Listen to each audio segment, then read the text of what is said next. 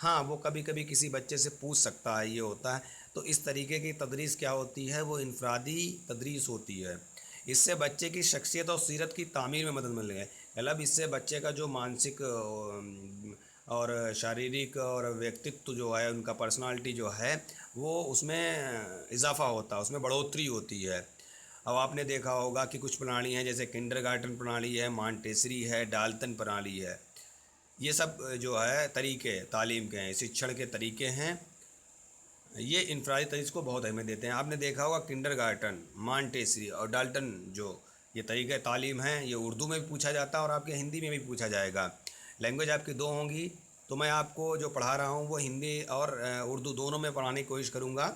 اگر آپ کو غلط لگتا ہے تو میں اردو پر ہی پڑھاؤں گا، اگر آپ کو اچھا لگتا ہے تو ایک بار ضرور بتائیں کہ اگلا جو ویڈیو تیار کروں گا اس میں مجھے یہ خیال رکھنا پڑے گا کہ آپ کو کیا اچھا لگتا ہے، اردو زبان میں ہی پڑھیں گے یا پھر آپ اردو اور ہندی دونوں زبانوں میں پڑھنے کے لیے تیار ہیں اور آپ کو اچھا لگتا ہے۔ کیونکہ میرا صرف مقصد یہ ہے کہ آپ کو اس طریقے سے سمجھانا تاکہ آپ کو کوئی دقت نہ ہو اور آپ اپنا سوال کا جواب اچھی طریقے سے دے سکیں۔ تو انفرادی تدریس کو ہم دو لائن میں سمجھاتے ہیں۔ یہ وہ تدریس ہے جس میں بچے کو الگ کام دے دیا جاتا ہے اور وہ اس کام کو اپنے دماغ، اپنے ذہن کے ذریعے وہ اس کو مکمل کرتا ہے۔ اگر کوئی دشواری اس میں آتی ہے تو وہ اس کو معلم سے مدد لیتا ہے، بہت ہی کم مدد لیتا ہے، اور اس کے بعد اس پروجیکٹ کو بنا کر جو ہے پیش کرتا ہے۔ تو اس طریقے کی تعلیم کو ہم انفرادی تعلیم کہیں گے، ہندی میں اس کو ویکتیگت شکشن کہا جاتا ہے۔ تو یہ ہو گئی آپ کی جماعتی اور انفرادی تدریس، یہ دو تدریسیں ہیں۔ زیادہ تر انہی سے سوالات آپ کے یو پی ٹیٹ اور ادر راج کے ٹیٹ میں نے دیکھے ہیں، ان میں پوچھا گیا ہے، سی ٹیٹ میں بھی پوچھا جاتا ہے، کیونکہ کبھی کبھی کچھ کوشچن سرل ہو جاتے ہیں۔ میں نے سلیبس بھی دیکھا ہے اس کا، تو اس کے مطابق میں نے سب سے سرل اور آسان طریقے سے آپ کو سمجھانے کی کوشش کی ہے سماجیاتی اور انفرادی تدریس کی۔ اب دیکھیے اس پہ کچھ سوالات بنتے ہیں، ان کو ہم کیسے ان کا جواب دیں گے۔ جیسے جماعتی تدریس اور انفرادی تدریس پر معروضی سوالات۔ اب پہلا سوال دیکھیے اس میں کیا ہے، جماعتی تدریس کسے کہتے ہیں؟ تو اس میں کیا ہوتا ہے، نمبر 1 ہے بچوں کی مشکلات کو دور کرنا، بچوں کو الگ الگ کام دینا، ایک ساتھ سبھی بچوں کو تعلیم دینا، ان میں سے کوئی نہیں۔ تو ہم نے آپ کو بتایا تھا جماعتی تدریس ایک ساموہک تدریس ہے، تو اس کا صحیح جواب ہوگا ایک ساتھ سبھی بچے کو ایک جگہ پر تعلیم دینا۔ ٹھیک ہے، تو اس کا جواب ہو گیا تیسرا۔ ABCD نہیں لکھ پایا ہوں، اگلے ویڈیو میں کوشش کروں گا کہ ABCD آپشن بھی آپ کو دے دوں، تو آپ دیکھ لیجئے گا، تیسرا اس کا آپشن C ہے جو وہ صحیح ہے۔ اگلا دیکھتے ہیں، جماعتی تدریس کا اہم مقصد کیا ہے، مطلب اس کا ادیش کیا ہوتا ہے؟ بچوں کو علم سے دور رکھنا، ہو ہی نہیں سکتا۔ بچوں کو گھر پر تعلیم دینا، ہو ہی نہیں سکتا۔ بچوں میں مل کر کام کرنے کی صلاحیت پیدا کرنا، یا ان میں سے کوئی نہیں۔ تو آپ نے دیکھا ہوگا بچوں کو مل کر، جب بچے آپس میں مل جل کر کام کرتے ہیں تو اس کو جماعتی تدریس کہتے ہیں، اور جب وہ بچے آپس میں کام کریں گے تو ان کے اندر ایک صلاحیت پیدا ہوگی۔ اسی مقصد کے لیے اس تدریس کو استعمال کیا جاتا ہے، تو اس کا بھی آپشن C صحیح ہے۔ اب آئیے دیکھتے ہیں، تیسرا نمبر سوال ہے، طلبہ میں مقابلے کا جذبہ کس تدریس سے پیدا ہوتا ہے؟ مطلب طلبہ جو ہے، جو بچہ ہے، وہ کیسے اس کے اندر مقابلے، مطلب ایک دوسرے سے مقابلہ کرنے کی چھمتا کس طریقے سے پیدا ہوتی ہے؟ تو ہم دیکھتے ہیں انفرادی تدریس میں، مذہبی تدریس میں، جماعتیاتی تدریس میں، یا ان میں سے کوئی نہیں۔ تو دیکھا ہوگا مقابلہ تو تبھی ہوگا جب دو بچے ہوں گے، اور دو بچے کس تدریس میں ہوتے ہیں؟ جماعتی تدریس میں۔ تو اس کا صحیح جواب C، جماعتی تدریس، جس میں بچہ مقابلہ کرتا ہے۔ امید کرتا ہوں کہ آپ کو اچھی طریقے سے سمجھ میں آ رہا ہوگا۔ آپ لوگ کمنٹ ضرور کریں، کیونکہ ان کمنٹ کے ذریعے ہی ہم آپ کو اور اچھی طریقے سے پڑھانے کی کوشش کریں گے۔ انشاءاللہ کوشش کرتا رہوں گا آپ کو اچھے سے اچھے پڑھانے کی، لیکن کبھی کبھی کمیاں نکل آتی ہیں، تو آپ ان کمیوں کو بھی دیکھیں اور ہمیں ضرور بتائیں۔ اگلا سوال دیکھتے ہیں، 4 نمبر، طلبہ پر اثر جمانے کے لیے استاد کو رہنا پڑتا ہے، مطلب کوئی بھی بچہ ہے اس پر اثر مانے پربھاؤ جمانے کے لیے استاد کو، شکشک کو کیا کرنا پڑتا ہے؟ بہت سخت ہونا پڑتا ہے، سخت ہونا پڑتا ہے، نرم رہنا پڑتا ہے، ہوشیار ہونا پڑتا ہے۔ تو یہ سوال آپ کا ہندی لینگویج میں بھی آ سکتا ہے، اور آپ کا جو اردو لینگویج ہے اس میں بھی یہ سوال پوچھا جا سکتا ہے۔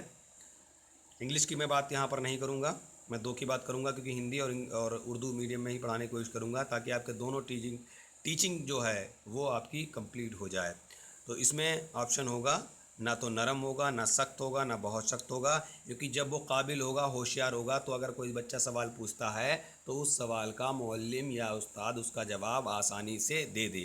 جب آپ آسانی سے جواب دے دیں گے تو بچے کو لگے گا کہ ہاں جو ہمیں پڑھا رہا ہے واقعی میں وہ استاد بہت ہی قابل ہے۔ تو استاد کو کیا ہونا چاہیے؟ بہت ہی ہوشیار ہونا چاہیے۔ اس میں ایک سوال بنتا ہے کہ وشے وستو کی گان ہونا چاہیے، ہندی میں دیکھیں گے آپ، اگر آپ پڑھ رہے ہیں تو تیاری میں آپ یہ سوال ضرور آیا ہوگا، اور نہیں تو ہے آپ ٹیچنگ میں دیکھیں جا کے اگر جونیئر کی، تو اس میں بھی یہ سوال بار بار پوچھا گیا ہے، تو یہاں پر وہ اردو میں بھی پوچھا جا سکتا ہے، اس لیے یہ سوال ہم نے اس ویڈیو میں رکھا ہے۔ آئیے دیکھتے ہیں اگلا سوال، 5واں نمبر ہے، جماعتی نظم و ضبط میں بچے آپس میں کیا کرتے ہیں؟ جب سموہک ٹیچنگ ہوتی ہے تو اس میں بچے کیا کرتے ہیں؟ مار پیٹ کرتے ہیں، کھیلتے کودتے ہیں، بحث و مباحثہ کرتے ہیں، ان میں سے کوئی نہیں۔ تو مار پیٹ بھی نہیں کرتے ہیں، کھیل کود بھی نہیں کرتے ہیں، کیونکہ ہم وہاں پر پڑھانے کے مقصد سے گئے ہیں اور بچے پڑھنے کے مقصد سے گئے ہیں، تو وہ جب جماعتی تدریس کی بات کرتے ہیں تو وہ آپس میں بحث مباحثہ کرتے ہیں، جس سے ان کے اندر ترک کرنے کی چھمتا پیدا ہوتی ہے۔ ایک بار پھر میں آپ کو بتانا چاہ رہا ہوں، اگر آپ کو ہندی لینگویج پسند نہیں آ رہی تو ایک بار ضرور کمنٹ کریں، تاکہ ہم اگلے ویڈیو میں ہندی الفاظوں کا استعمال نہ کریں۔ اگر آپ کو اچھا لگتا ہے تو آپ کریے، تو میں اور اچھی طریقے سے آپ کے دونوں پیپر تیار کرانے کی کوشش کروں گا، اور انشاءاللہ کوشش کروں گا کہ ہندی کا بھی اپلوڈ کروں پیپر۔ تو آپ میرے چینل سے جڑے رہیے اور اپنے ساتھیوں کی بھی جوڑے رہیے۔ اگلا سوال دیکھیے، 6 نمبر، انفرادی تدریس کسے کہتے ہیں؟ طلبہ کو ایک جگہ ساتھ ساتھ تعلیم دینا، دو طلبہ کو ایک ساتھ تعلیم دینا، طلبہ کو الگ الگ تعلیم دینا، ان میں سے کوئی نہیں۔ تو یہ آ جاتی ہے انفرادی تدریس، جو کہ ویکتیگت ہوتی ہے۔ تو اس میں کیا ہوگا؟ جب ویکتیگت کی بات کرتے ہیں تو سنگل ہوتا ہے، تو اس کا سوال یہ ہوگا طلبہ کو الگ الگ تعلیم دینا، آپشن سی، طلبہ کو الگ الگ تعلیم دینا۔ اب دیکھیے 7واں نمبر سوال ہے، کس تدریس میں تعلیم کا مرکز بچہ ہوتا ہے؟ دیکھیے آ گیا، کون سی تدریس میں جو شکشا کا کیندر ہوتا ہے، ہندی میں پوچھا جاتا ہے شکشا کا کیندر ہوتا ہے بالک یا شکشک۔ اب یہاں پر کیا ہے، کس تدریس میں تعلیم کا مرکز بچہ ہوتا ہے؟ یہاں پر سوال وہی ہے لیکن اس کو گھما کر پوچھا جا رہا ہے۔ اسی طریقے سے جو ہے سائیکولوجی کے حساب سے ہی وہ سوال پیپر تیار کرتے ہیں۔ میں نے بھی اپنی کوشش کی، اپنے ایکسپیرینس کے ذریعے آپ کو اچھی طریقے سے پیپر سمجھانے کی کوشش کر رہا ہوں۔ تو اس کا دیکھیے، مذہبی تدریس، انفرادی تدریس، سماجیاتی تدریس، ان میں سے کوئی نہیں۔ تو آپ نے اس کی تشریح دیکھی ہوگی انفرادی تدریس کی، کہ اس میں مرکز جو ہے وہ بچہ ہوتا ہے، اس لیے اس کا آپشن بی انفرادی تدریس صحیح ہے۔ اگلا سوال دیکھیے، کون تدریس کمزور طلبہ کے لیے بہت مفید ہوتی ہے؟ یہ بھی بہت اچھا سوال ہے، کون سے تدریس کمزور بچوں کے لیے مفید ہے؟ اخلاقی تدریس، انفرادی تدریس، سماجیاتی تدریس۔ تو اس کا صحیح جواب بی انفرادی تدریس۔ اگلا سوال دیکھتے ہیں، کس تدریس میں استاد کی مدد سے طلبہ اپنی مشکل کو دور کرتا ہے؟ سماجیاتی تدریس، مذہبی تدریس، اخلاقی تدریس، ان میں سے کوئی نہیں۔ تو اس کا صحیح جواب ہے لاسٹ ڈی، ان میں سے کوئی نہیں۔ اب آخری سوال دیکھتے ہیں اس کا، بچوں میں خود اعتمادی کا جذبہ کون پیدا کرتا ہے؟ خود اعتمادی کا جذبہ کون پیدا کرتا ہے؟ تدریس، انفرادی تدریس، جماعتی تدریس، کامیاب تدریس۔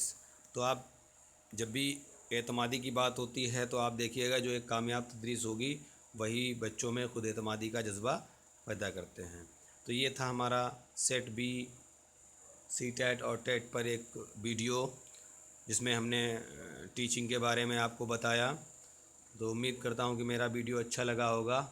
پھر میں آپ سے درخواست کرنا چاہوں گا کہ آپ کو جس طریقے سے پڑھنا اچھا لگتا ہو اسی طریقے سے آپ بتائیں، کمنٹ باکس میں ضرور لکھیں یہ میرا ویڈیو کیسا لگا۔ اگر اچھا لگا تو بھی بتائیں، کوئی کمی ہے تو ضرور بتائیں، کیونکہ آپ لوگوں کے ذریعے ہی ہم اپنی کمیوں کو دور کرنے کی کوشش کریں گے، کیونکہ ایک پڑھانے کا طریقہ ہوتا ہے، جو سامنے والا جس طریقے سے پڑھنا چاہتا ہے اس کو اسی طریقے سے پڑھاؤ تو جلدی اس کی سمجھ میں آتا ہے۔ تو امید کرتا ہوں آپ ہمارے اس ویڈیو پہ کمنٹ ضرور کریں گے، اور ہمارا یہ اگر ویڈیو اچھا لگتا، پسند آتا ہے تو اپنے باقی جو ساتھی آپ کے ساتھ ایگزام کی تیاری کر رہے ہیں ان کو ضرور پوسٹ کریں گے، شیئر کریں گے کسی کے ساتھ۔ اللہ حافظ۔